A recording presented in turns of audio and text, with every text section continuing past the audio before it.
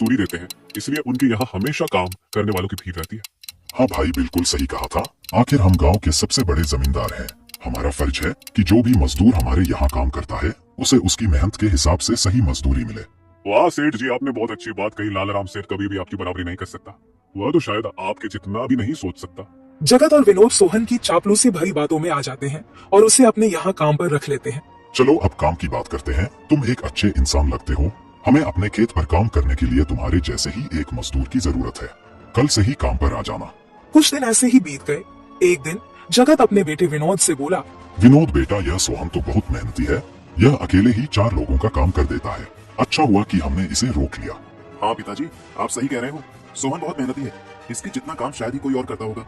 ये पूरा दिन यहाँ काम पर अकेला लगा रहता है। सोहन की मेहनत ने जगत और विनोद का दिल जीत लिया। कुछ दिन और बीत गए। एक शाम जगत और विनोद अपने खेतों का दौरा कर रहे थे। जब वे अपने खेत पर पहुंचे तो देखा कि सोहन इतने देर तक भी काम कर रहा था। सोहन भाई, अब तो रात होने वाली है। तुम इतनी देर तक काम क्यों कर रहे हो? अब घर जाओ और आराम कर लो। सेठ जी, हमारी किस्मत में आराम कहाँ है। घर पर बूढ़े माँ बाप है। काम नहीं करूंगा तो उनके लिए 2 वक्त का खाना कहाँ से जुटा पाऊंगा। घर पर बैठकर आराम करने से अच्छा है कि मैं काम करूं। इस तरह मेरा मन भी लगा रहता है। तुम बहुत मेहनती हो सोहन। आज का काम यहीं छोड़ दो और घर जाकर आराम करो। नहीं सेठ जी, इसकी कोई जरूरत नहीं है। मैं काम करने में ही खुश हूँ। आप लोग जाइए, मैं ठीक हूँ। ठीक है सोहन, फिर हम जाते हैं। जब तुम्हारा मन करे काम खत्म करके अपने घर चले जाना। ठीक है। इसके बाद जगत और विनोद खेत को सोहन के भरोसे छोड़कर चले गए। अगली सुबह जब विनोद और जगत अपने खेत पर लौटे तो देखा कि वहाँ पुलिस खड़ी है। पुलिस को देखकर दोनों दौड़ते हुए आए और पूछा, क्या हुआ थानेदार साहब, आप यहाँ क्या कर रहे हैं? क्या यह जमीन तुम दोनों की है? हाँ थानेदार साहब, यह जमीन हमारी है। हमारे पास इसके कागजात भी हैं। फिर तो तुम दोनों को ले जाकर जेल में डालना ही पड़ेगा। यह क्या कह रहे हैं थानेदार साहब? हम कुछ समझे नहीं। आप क्या कहना चाह रहे हैं? अभी तुम दोनों बहुत अच्छे से समझ जाओगे। वह देखो तुम्हारी जमीन से क्या निकला है। थानेदार के कहते ही दोनों बाप बेटे जब पलट कर देखते हैं तो वहाँ उनकी जमीन में एक लाश दबी हुई थी जिसमें सिर्फ कंकाल बचा था। यह देखकर दोनों बाप बेटे डर जाते हैं। थानेदार साहब, यह किसकी लाश है और यह हमारे खेत में कहाँ से आ गई? अब बहाने मत बनाओ। पहले लोगों को मारो, फिर उन्हें अपनी जमीन में गाड़ दो और अब कह रहे हो कि यह क्या है? नहीं थानेदार साहब, हमें नहीं पता कि यह सब क्या है। यह लाश यहाँ कैसे आई, हमें कुछ नहीं पता। अब झूठ मत बोलो। अगर फांसी नहीं हुई तो कम से कम तुम दोनों को उम्र कैद की सजा तो जरूर मिलेगी। फांसी और उम्र कैद की बात सुनकर दोनों बाप बेटे डर गए और थानेदार के सामने गिड़गिड़ाने लगे। थानेदार साहब, हम इस लाश के बारे में कुछ नहीं जानते। हमें नहीं पता यह लाश किसकी है और इसे यहाँ कौन गाड़ कर चला गया। इस मामले से बचने के लिए दोनों ने कुछ तरकीब सोचनी शुरू की। तभी सोहन वहाँ आ जाता है। अरे सेठ जी, यह पुलिस यहाँ क्यों आई है? क्या हुआ है? सोहन देखो, पता नहीं कहाँ से हमारी जमीन में यह कंकाल आ गया है। मालिक, यह कंकाल यहाँ कहाँ से आ गया? ये तो बहुत गंभीर बात है। हाँ सोहन, पता नहीं यह कंकाल यहाँ कहाँ से आया है और थानेदार साहब को लगता है कि इसे हमने यहाँ मारकर गाड़ा है। अब तू ही कोई उपाय सोच जिससे हम इस परेशानी से बच सके। तीनों को आपस में खुसर फसर करते देख थानेदार ने कहा, अब कोई तरकीब मत बनाओ। तुम दोनों बाप बेटों में से कोई एक तो जरूर जेल जाएगा। अब तुम ही तय करो जेल कौन जाएगा।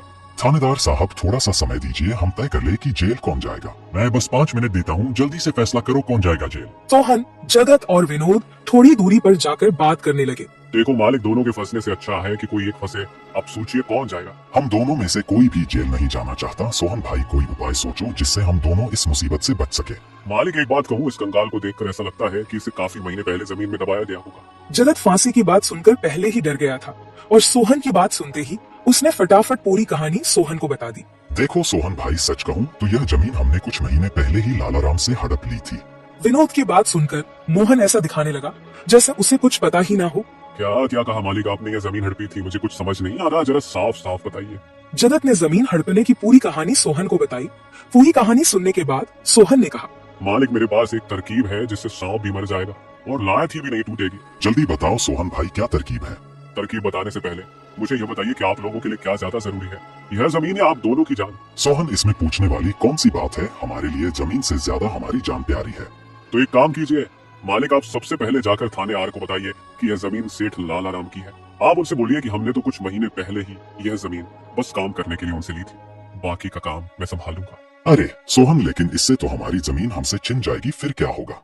नहीं मालिक, शायद आप मेरी तरकीब समझ नहीं पाए। जब आप थानेदार को बताएंगे कि यह जमीन सेठ लालाराम की है तो पुलिस किसे गिरफ्तार करेगी? सेठ लालाराम को।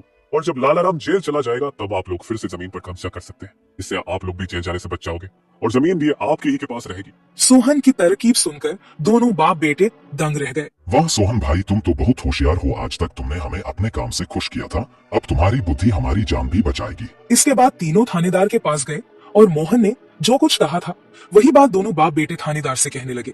थानेदार साहब, यह जमीन हमारी नहीं है। हमने कुछ महीने पहले ही काम करने के लिए यह खेत लालाराम सेठ से लिया था। वह जब खुद फंस गए हो तो अब किसी और को फंसाकर अपनी जान बचाना चाहते हो ना? साहब, अगर आपको हमारी बात पर यकीन नहीं हो रहा तो आप सोहन से पूछ लीजिए। वह हमारे साथ बस कुछ दिनों से ही काम कर रहा है। इससे पहले वह सेठ लालाराम के यहाँ काम करता था। बोलो सोहन, यह जमीन किसकी है? थानेदार साहब, ये जमीन सेठ लालाराम की है। जगत सेठ और विनोद सेठ ने तो बस कुछ समय से इस जमीन पर खेती कराना शुरू किया है। सोहन की बात सुनकर थानेदार ने सोहन से कहा, सेठ लालाराम को बुलाने के लिए कहो। सोहन, तुम एक काम करो, जाओ और सेठ लालाराम को बुलाकर लेकर आओ। सोहन तुरंत जाकर सेठ लालाराम को बुला लेता है, परंतु लालाराम अपने साथ गांव के सरपंच को भी अपने साथ ले आता है। यहाँ क्या हो रहा है? यहाँ इतने लोग क्यों जमा है? देखिए सरपंच जी, इन दोनों की जमीन से एक कंकाल निकला है और अब यह लोग कह रहे हैं कि यह जमीन इनकी नहीं है बल्कि सेठ लालाराम की है। थानेदार ने सरपंच जी को पूरी कहानी सुना दी। अपने आप को फंसा देख जगत ने सरपंच से कहा, नहीं सरपंच जी, यह जमीन हमारी नहीं है। हम यहाँ बस कुछ समय से काम कर रहे हैं। आप हमारे मजदूर मोहन से पूछ लीजिए। हाँ थानेदार साहब, यह जमीन सेठ लालाराम की है। मैं कैसे मान लूं कि यह जमीन लालाराम की है? हमारे यहाँ का थानेदार तो कह रहा था कि इस जमीन पर कोई केस चल रहा है और इस जमीन पर तुम्हारा कब्जा था, और अब तुम कह रहे हो कि यह जमीन लालाराम की है। नहीं साहब, हमने लालाराम के साथ धोखा किया था। हम बस इस जमीन को हड़पना चाह रहे थे, लेकिन अब हमें यह जमीन नहीं चाहिए। अगर आप चाहें तो हम केस भी वापस ले लेंगे। थानेदार साहब, आप जाइए, बाकी का काम अब हम संभाल लेंगे। सरपंच के कहने पर थानेदार वहाँ से चला जाता है। सरपंच ने लालाराम से कहा, अब बताओ, यह कंकाल यहाँ कैसे आया? तुमने किसे मारकर यहाँ गाड़ा है? अरे साहब, यह तो नकली कंकाल है। इन दोनों ने मिलकर मेरी जमीन हड़प ली। मैंने और मोहन ने मिलकर यह तरकीब सोची थी ताकि इन दोनों से सच निकलवा सके। लालाराम की बात सुनते ही दोनों बाप बेटों के पैर तले जमीन खिसक गई। यह हम दोनों की साजिश थी, इन लोगों के मुंह से सच निकलवाने के लिए। सोहन को इस योजना में शामिल देखकर दोनों बाप बेटों को समझ आ गया कि यह सब सेठ लालाराम और मोहन की मिली भगत थी। दोनों बाप बेटों के पास अपनी गलती मानने के सिवा कोई चारा नहीं था। हमें माफ कर दीजिए सरपंच जी, हम लालच में आ गए थे। हमें माफ कर दीजिए। हम आज के बाद यह गलती कभी नहीं करेंगे और यह जमीन भी सेठ लालाराम को वापस दे देंगे। जगत और विनोद दोनों सरपंच और सेठ लालाराम से माफी मांगने लगे। दोनों को इतना गिड़गिड़ा देख लालाराम ने उन्हें माफ कर दिया। सरपंच ने भी उन्हें जेल नहीं भेजा और सेठ लालाराम ने अपना केस वापस ले लिया। लालाराम के केस वापस लेने के बाद सरपंच जी भी वहाँ से चले जाते हैं। धन्यवाद सेठ लालाराम जी, आपने हमें माफ कर दिया। आज के बाद हम ऐसी गलती कभी नहीं करेंगे। ठीक है जगत, कोई बात नहीं, मैंने तुम्हें माफ किया। बस याद रखना कि एक जमीन के टुकड़े के लिए तुम अपनों के साथ कभी गलत नहीं करना। बुरे समय में तुम्हारे अपने ही तुम्हारे साथ खड़े होंगे। जमीन का क्या है, कभी मेरी तो कभी तुम्हारी। आखिर में सेठ लालाराम ने सोहन को जमीन का एक हिस्सा दे दिया और उसे जमीन का मालिक बना दिया। सोहन, जैसा कि मैंने वादा किया था, जिस जमीन पर तुम काम कर रहे थे, आज से वह जमीन तुम्हारी है और अब तुम उसके मालिक हो। नहीं मालिक, इसकी कोई जरूरत नहीं है।